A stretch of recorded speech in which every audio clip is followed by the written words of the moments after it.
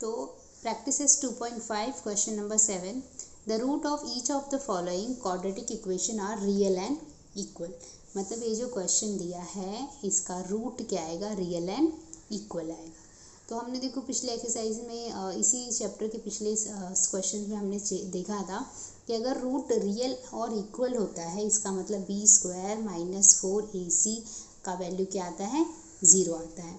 तो हम लोग इसी को लेके आगे करेंगे and then we can find k का वैल्यू इजीली। तो ये देखो मैंने क्वेश्चन लिखा हुआ है, मैं यहाँ पे अभी ABC निकाल देती हूँ। a मेरा 3 है, b है k और c है 12। तो b² - 4ac तो 0 होगा, हमको मालूम है क्योंकि रूट्स क्या है उसके, रियल एंड इक्वल है। तो मैंने रख दिया b का वैल्यू k² - 4 × 3 × 12 = 0।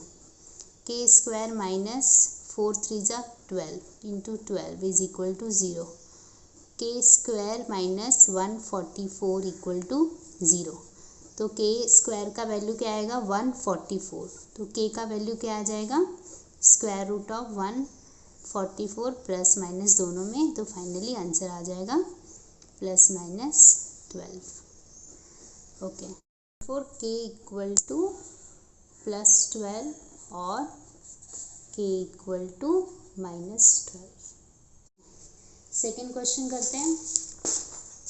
सेकेंड क्वेश्चन मैंने लिखा हुआ है, इसको थोड़ा सा सॉल्व करना पड़ेगा। तो देखो मल्टीप्लाई हो जाएगा तो kx² - 2kx + 6 = 0। अब हम लोग इसको कंपेयर करेंगे और ABC का वैल्यू निकालेंगे। तो a का वैल्यू k, b का वैल्यू -2k और c का वैल्यू 6 हो जाएगा।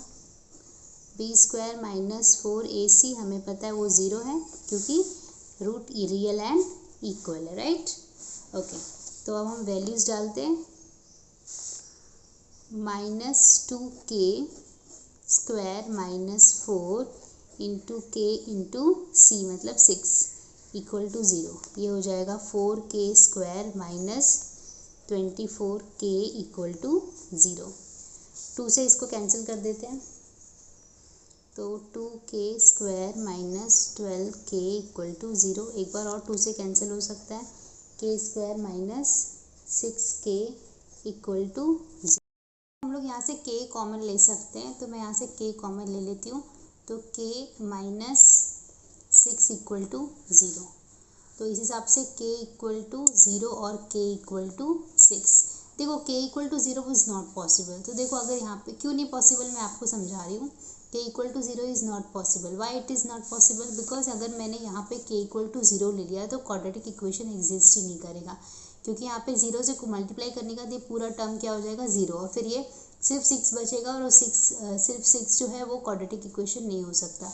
इसलिए हम लोग सीधा k = 0 को रिजेक्ट कर लेंगे और हम लिखेंगे k =